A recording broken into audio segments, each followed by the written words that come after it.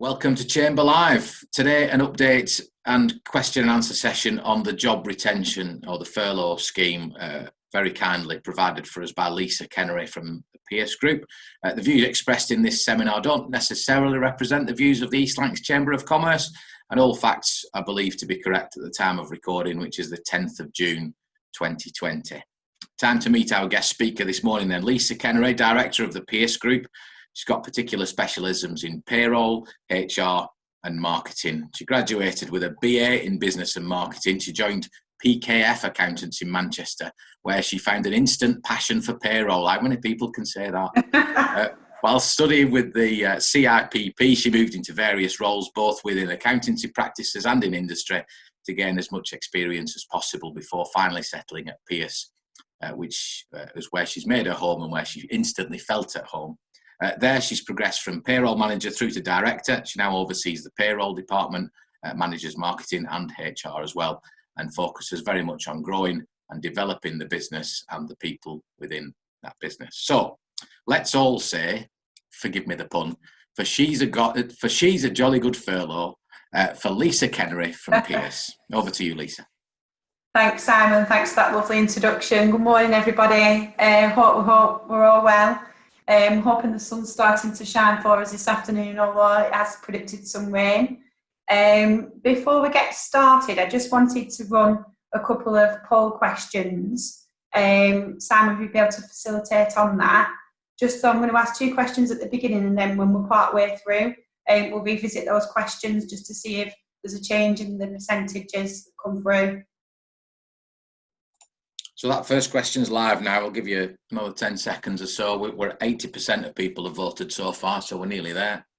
I think we've got at least one who's joined on the phone, so probably won't be able to vote. So I'll give it 5, 4, 3, 2, 1.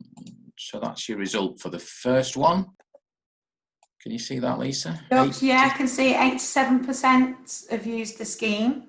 That's brilliant. That's good news. I'll throw the next question up, which is there. How confident are you that you've calculated and reclaimed the correct amount? There's your results for that one. Brilliant. So 71% think they're very confident in that they've completed. So what I'm going to cover off this morning is a little on the current rules that we've got in place at the moment until July. We'll talk a little bit of background about that, the challenges that we've had, and then we'll move on to the changes that are coming into place from the 1st of July. So the current rules, we know they're introduced to help businesses affected by the coronavirus and to maintain the current workforce. Hopefully up to yet it has succeeded for many businesses, and as with that poll response of 87%, it's shown that many businesses are using that. The grant covers 80% of usual wage costs, which has got a cap of £2,500 per month. Plus, you can claim the associated costs, so your employer's national insurance and the pension contributions, which again are capped at the minimum AE contribution of 3%.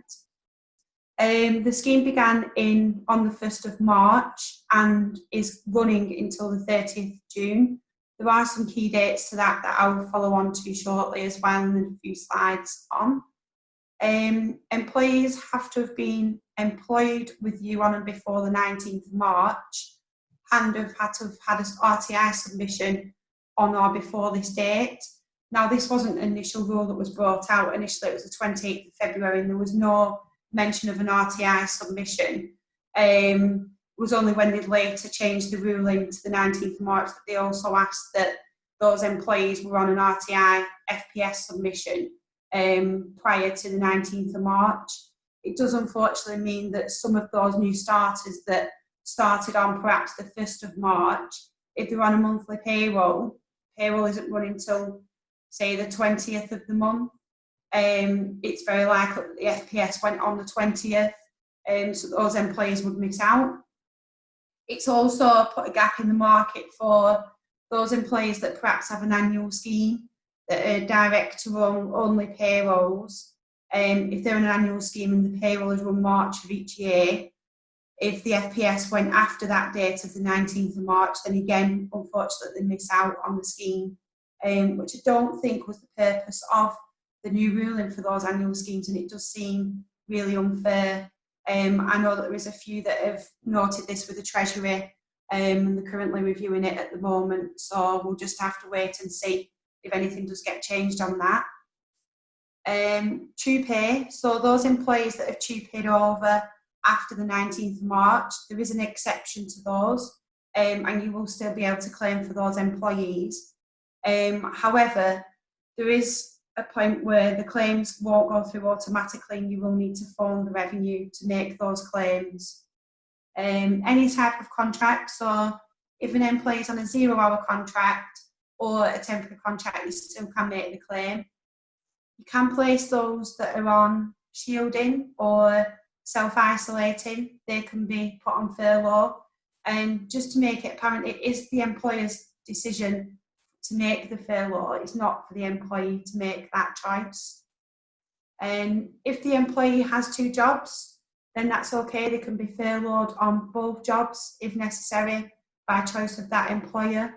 Or they can be furloughed on 1 job and then still be working with the second job, just dependent on the sector. If you pay an enhancement for statutory leave, so for example, maternity pay, you can claim for the enhancement part via furlough. So the statutory part is covered by the government, but the actual additional enhancement, you can claim that back as well. So employees are unable to work whilst they are on furlough. As like with directors, however, that is relaxed slightly in that directors can do statutory duties such as preparing the accounts and bits of admin. As long as it's not generating any income for the business, then that's okay. And then those that are on studying, so if you've got anyone that's got a study package, the time that they are spent when they're training has to be paid of at least national minimum wage. So again, there's a top-up element to that. It might be worth mentioning, I don't know if anyone's on the call that has a nursery business, but the rules are slightly different for that sector. They already receive funding, part funding for some children, so they can only claim a percentage of the children that are private paying. I just thought it'd be worth mentioning that one. So let's have a look at the detail for that then. What is deemed as an employee's usual wage and how would you calculate it? So the terminology has been changed throughout the process. It's normally, there were initially terminology of non-discretionary payments, and they've now tweaked that slightly and it's known as more contractual. So what you would include in the furlough pay is employee's usual salary or hours worked, and you calculate that from the full period prior to the 19th of March. So you would take the gross pay from the February pay if they're a normal salaried employee. Other conditions to think, other components that you might consider that would be included in furlough: overtime, any fees, commission, allowances such as the car allowance. And then those that can't be included for your furlough calculation is bonus payments, commission payments that are non-contractual, so they're very discretionary, tips, any benefits in kind such as a company car, so the difference between having a company car and then a car allowance that you receive monetary value for. For irregular workers, for the gross pay, you look at the highest of the earnings for the 1920 tax year or the same month for the previous year if they've been employed for that length of time. If they did start with you in February, you look up the earnings that they've earned in February and prorate that back up to a full salary. So there is a separate calculation to do on that. Just to mention the salary exchange arrangements. So when you're looking at calculating the furlough pay, it's the pay after any salary exchange has been applied. So for example, if you had an employee earning £1,500 in a month, but they pay a pension sacrifice of £100, you'd use the furlough, the salary of £1,400. So it's after that pension deduction, and then they'd receive 80% of that. So all benefits that the employee receives, they must continue to receive whilst they are on furlough. So there might be some, for example, childcare vouchers that the employer bears the cost of that. COVID-19, it has been treated normally in terms of pensions. You can only opt out of a salary exchange if it's classed as a life event. So, for example, retirement or something like that. But COVID-19 has been classed as a life event. Therefore, if an employee chose to opt out of a salary exchange, they could do so. And while we're on benefits, I thought it might be worthwhile mentioning that P11Ds that are ordinarily due by the 6th of July and the Class 1A is due by the 19th, we did feel that HMRC may put a relaxation on this and a deferment, but there hasn't. They're going ahead and they are still due by the due dates.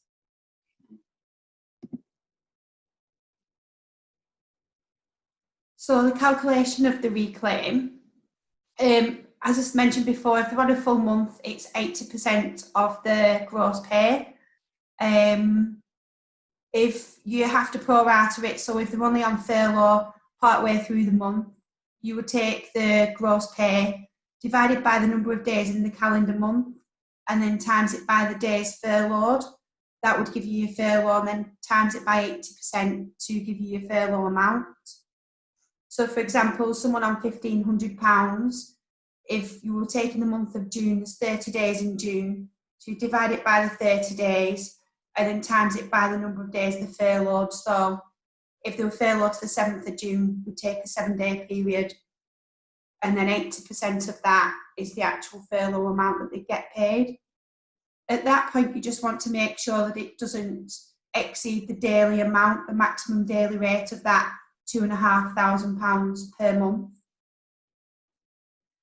Calculation of the national insurance, as always, the revenue never make anything straightforward.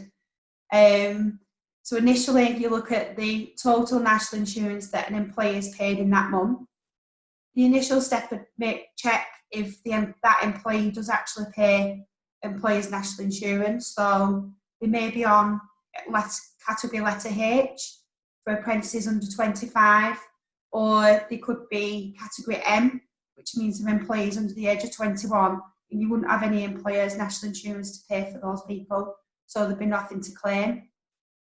For the remaining employees, you look at the total NI liability divided by the number of days in the calendar month, and then times it by the number of furlough days in the period, and that would give you your national insurance that you can reclaim. If, however, you aren't paying just the 80% and you are topping up to 100% of the salary, you'd then take that amount, times it by the furlough pay they've received in the period, and then divide it by the total pay. So that would be the furlough pay and the additional top-up that they've received from yourself for that period. Pensions, again, it's calculated quite differently, in that they prorata what's called the earnings threshold first, which is currently 520 for this year. So you take the 520 divided by, again, the number of days in the month. So for June, you would have 30 days, and then times it by the number of furloughed days. In this instance, the example we're using would be 7. And then take 3% of that, which will give you your NIC to claim back.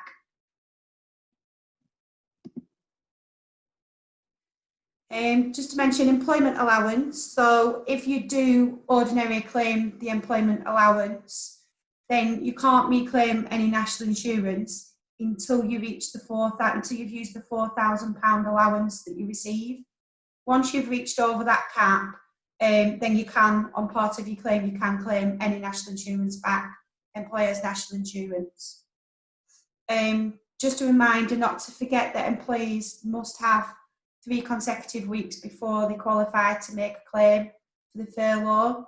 And then as well, if you have a break in between your furlough period, the clock really starts again, and to have another 3 weeks period before you can make another claim for that person.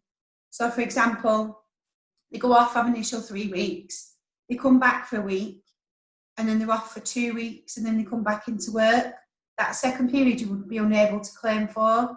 But had they been on furlough for 3 weeks, then they have a week's break, then they're off for a further 3 weeks or more, you could actually claim for that second part of it as well.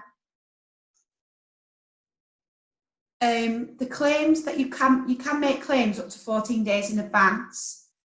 So if you have got a monthly payroll, for example, that runs the 1st of June through to the 30th of June, you'd be able to claim for that come the 17th of June. So that's the earliest date you'd be able to do that claim for. I think the revenue have been really good at communicating this and constantly sending newsletters out. So if you're not already signed up to the revenue newsletters, it's probably a good thing to do because it just gives you little reminders along the way. Remember though that you can only claim for one claim in a period. So if you do have a weekly payroll and a monthly payroll, you just need to be careful that you align the dates together so that you've not got an overlap of dates, because it will reject it on your claim.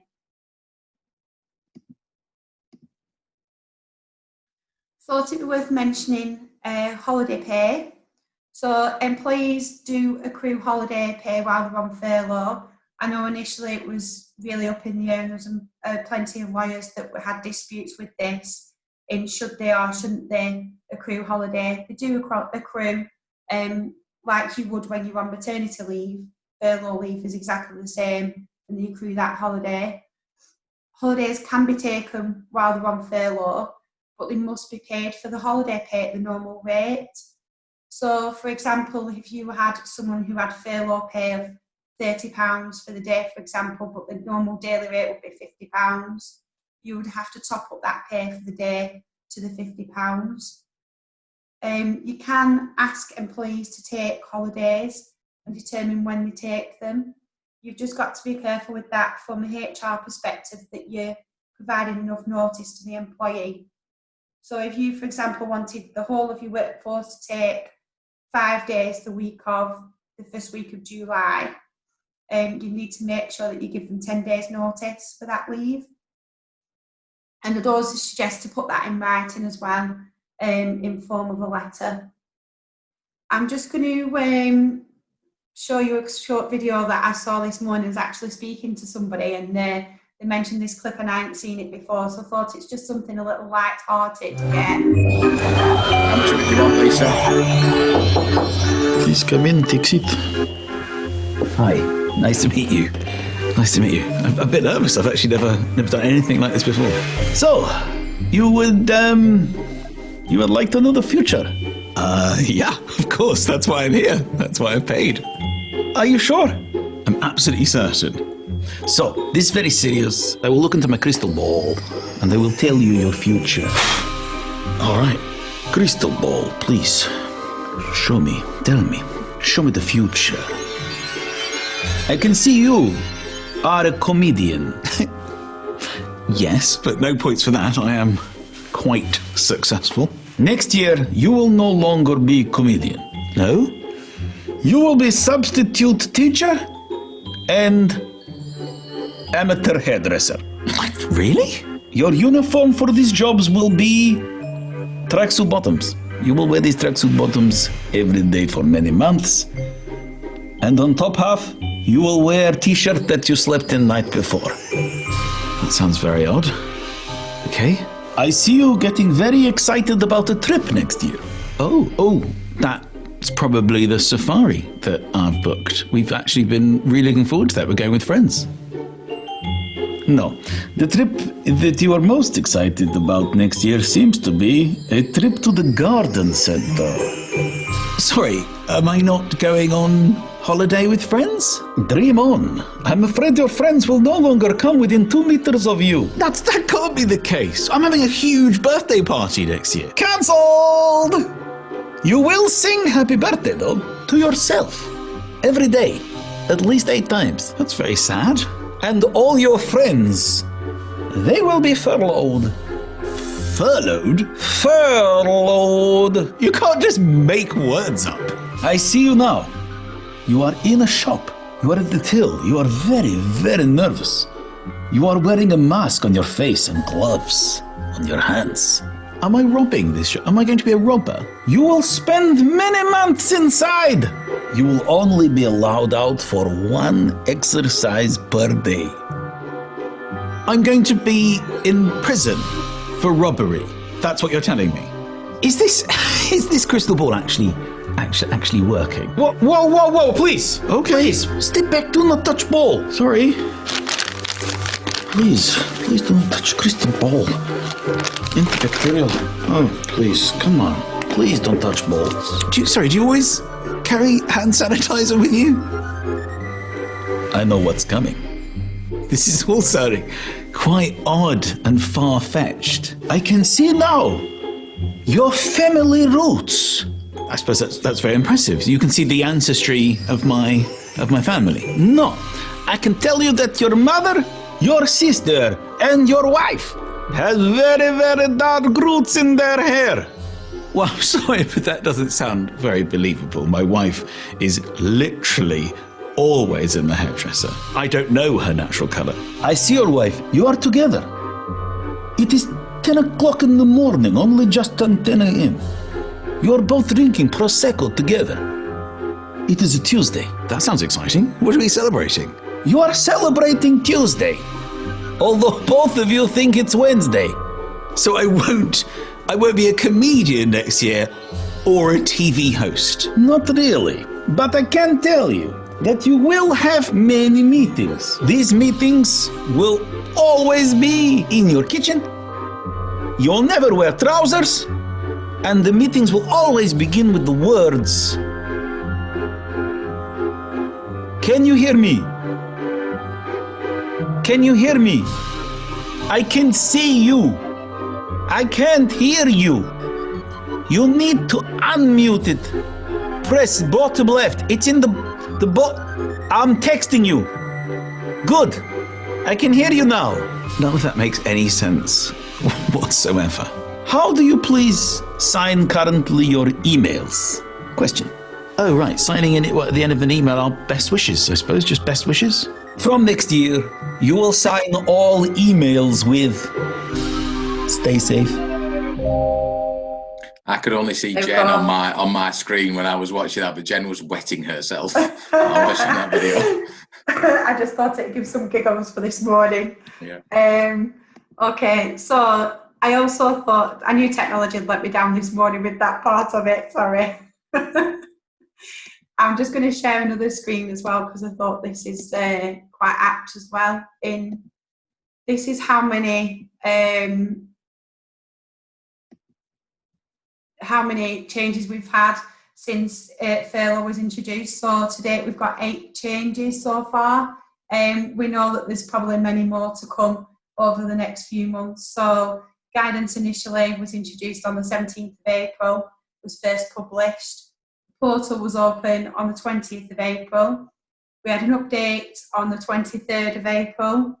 Again, the 27th of April, HMRC had introduced a calculator, but it couldn't cope with the amount of scenarios that there are built into the furloughing.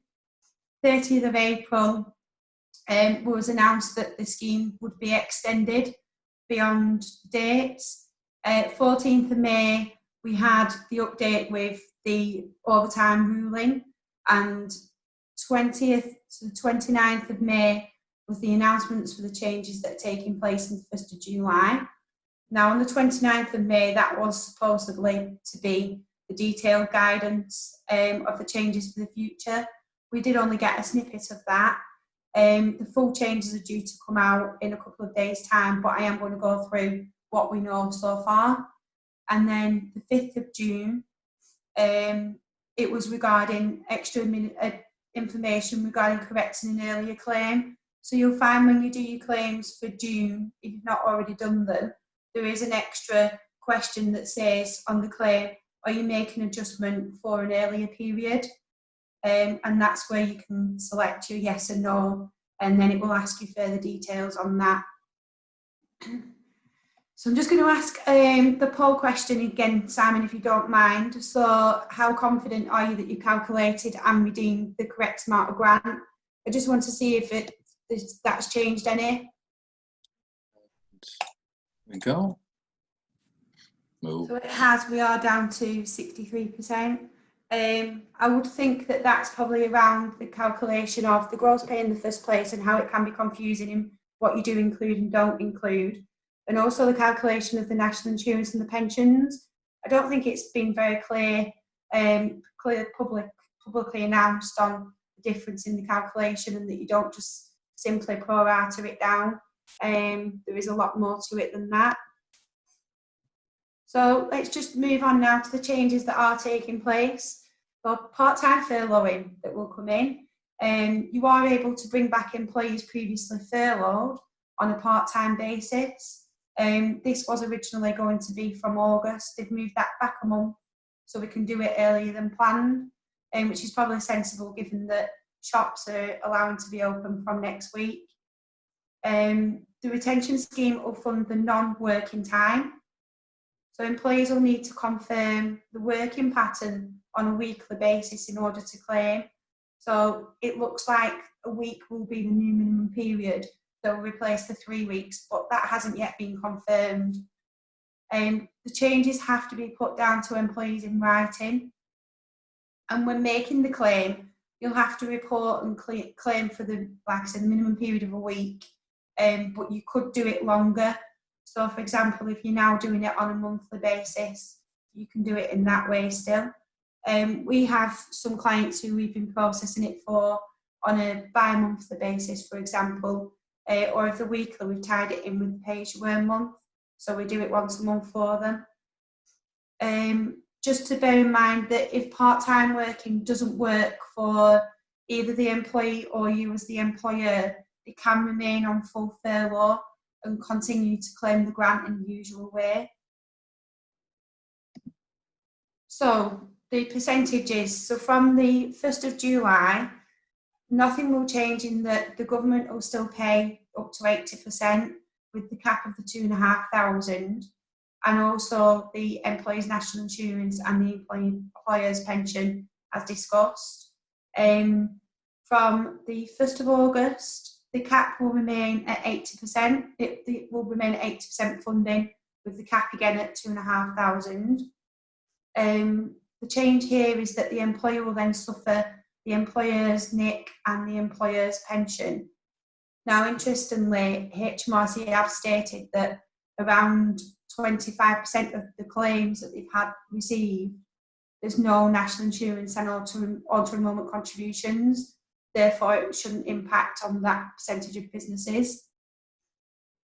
From the 1st of September, the grant gets reduced to 70%, with the cap also reducing in line to £2,187.50. The employer will then pay the employer's NIC, the employer's pension, and 10% of the wages to make up to that 80%. From the 1st of October, the government will pay 60% grant, with the cap again reducing to 1,875. The employer will pay the employer's NI, the employer's pension, and that 20% of wages to bring you up again to the 80% cap. Just some key points to bear in mind. That the 30th of June, the scheme will close to any new entrants. So from that point on, you'll only be able to furlough employees that have had a full 3 weeks prior to the 30th of June. The 10th of June, today's date, is the key date that we need to look out for. If you've had employees who haven't received any furlough before or haven't had a 3-week period, they need to have that 3-week period before the 1st of July. So today is the latest date that you can put any new employees on furlough. I did have this in as an option to look at those that are currently on statutory leave, particularly maternity pay, it might be worthwhile bringing those back from maternity early, those that are finishing in the coming months, so that you can place them on furlough, so that when the part-time ruling comes in, you can take advantage of that. The government has, however, and I will share a link later with you, they've announced that those on maternity and paternity will be an exemption from this rule, and they'll be able to be placed on furlough, the part-time furloughing, when they do return from the maternity or paternity leaves. So the 1st of July, the claim periods will be limited to 4 months. There'll be no overlapping. And then the 31st of July is the final date to make all claims for the period up to the 30th of June. So if you haven't put your claims in yet or done the application online, you need to do that pretty much as soon as possible. I would say with your June payroll, get your claim done up and fresh up to date, so you're starting fresh from the 1st of July when the new rulings come into place. So how are we going to calculate it based on the new rules? So if they're saying that you do it, the revenue is saying we do it on hours not worked. For example, if someone was working 40-hour week and they were on ordinarily, they worked 32 hours for that week, you would claim for the 8 hours not worked. However, I don't really know how this is going to work with the current furloughing rules, because that is on 7-day calendar days, or the 30 days if you're a month, or 31 days if you're a monthly paid. For example, those working a 40-hour week over 5 days, if they worked 32 hours, so 4 days, they would receive 32 hours at £8.72, which is £279.07. You would claim for the 8 hours that they've not worked, being the 40 less the 32. However, given the current furloughing rules, would you just pay 1 day, or would you pay 3 days because they've worked 4, they've got 3 days remaining? If that was the case, the employee would end up being overpaid.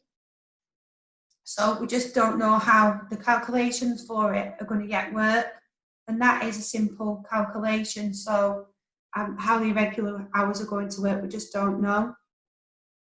You've also got to bear in mind that if you're reducing the hours that you're paying for the employees to seek HR advice, you may want to check that it is in the contract that you can reduce somebody's hours based on a business decision of business needs. You also need to consider national minimum wage to ensure that you are paying minimum wage, at least minimum wage, for the hours they are working. So how do we calculate it? One way that I thought that it may come into tuition is that if we process through that 32 hours, that we pay furlough for the difference from the normal pay less the hours that they've worked. Do we pay that as furlough pay, or are we going to see an invention of the wheel from HMRC? We really just don't know. I just think it's going to be a little rocky road ahead for payroll and HR.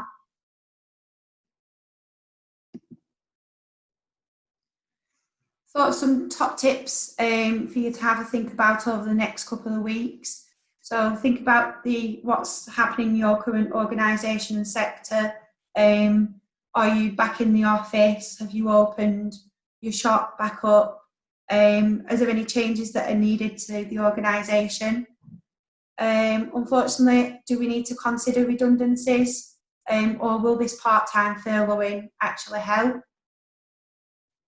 Who and how will you plan each week ahead? So how will you plan what employees are coming back part-time? And also, how are you going to track the days that the employees have worked and the days that you're claiming for furlough, the remaining hours? Prepare the letters in advance to your employees. So get well ahead, get the letters ready, so you're ready to send and you've got a plan. And seek professional advice from payroll and HR. I think if you have everyone working together in a jigsaw piece, you'll run a tight ship. Also, one thing to mention is the auditing of this. Make sure that you are retaining your records for 5 years, So that may be the letters that you're communicating with your employees, notes of any telephone calls that you're having with staff as well. It may be the calculation of the claim, so how you've calculated the furlough pay for each employee, and how you're going to calculate it, your plans for the hours that they're going to work and the hours that you're going to claim for, to keep a record of that. And then obviously the claim that you've made, make sure you're taking a copy of, I think they do allow you to save that now, where initially when you did the claim you couldn't save anything. So do a screenshot and save the details that you've put in for the claim, and also your reference that you've got when you have made that claim.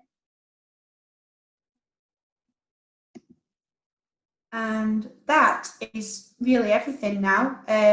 It's just open to questions, which I'm sure we've received quite a few questions as we've been going through. Brilliant, thank you, Lisa. I'm going to ask Suzanne to put hers first, because she was very organised and emailed it in advance.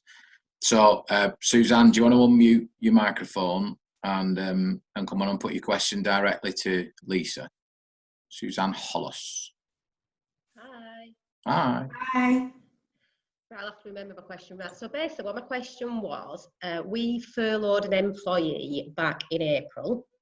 Yeah. For for longer than 3 weeks. We have now brought the employee back, and we are thinking of furloughing him again from, let's say, the 22nd of this month.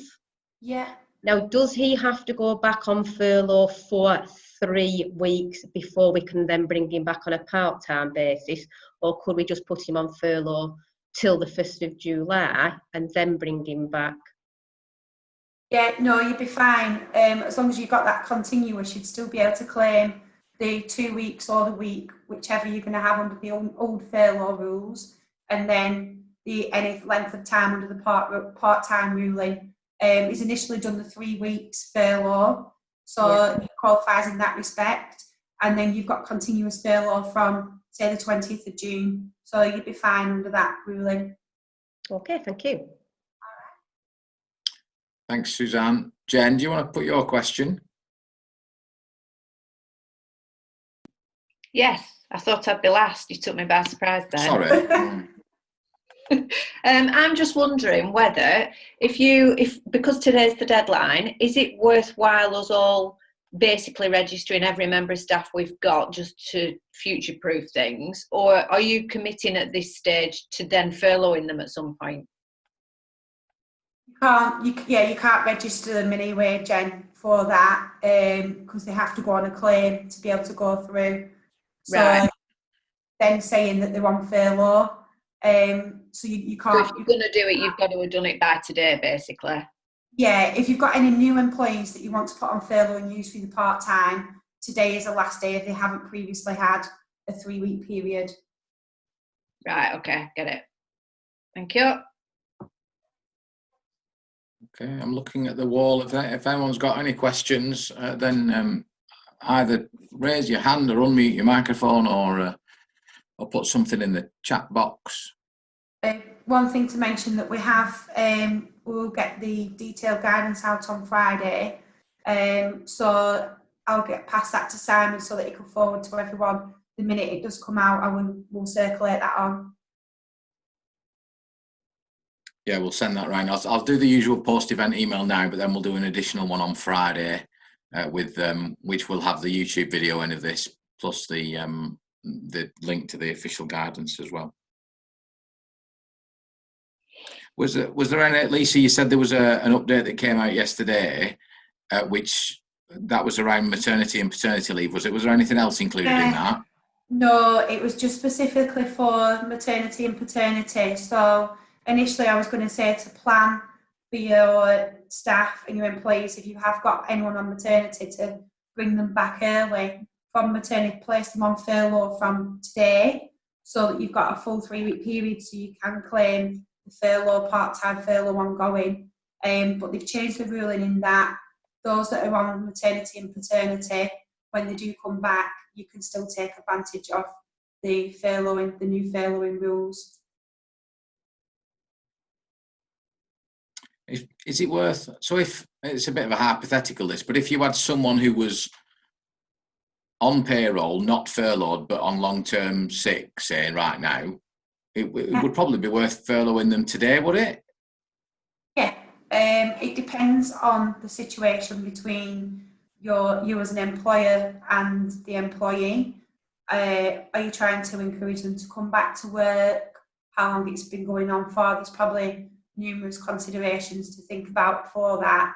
But if you wanted to do the best for the employee, then you could use furlough.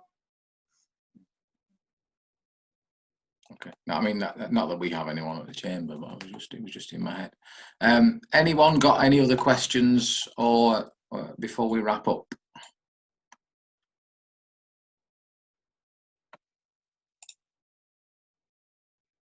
Okay, right. Well, we'll circulate Lisa's contact details. Lisa, I presume you're happy for me to do that. Put your email address in the follow-up email. Yeah, that's fine. Yeah. And any questions, if you think of anything and you need any help with any of the furloughing, just give me a call or drop me an email. Okay, and you'll be watching avidly the press conference on Friday at 5 o'clock. We'll see what gets announced. I will indeed. I'm waiting for that email to pop in with the guidance.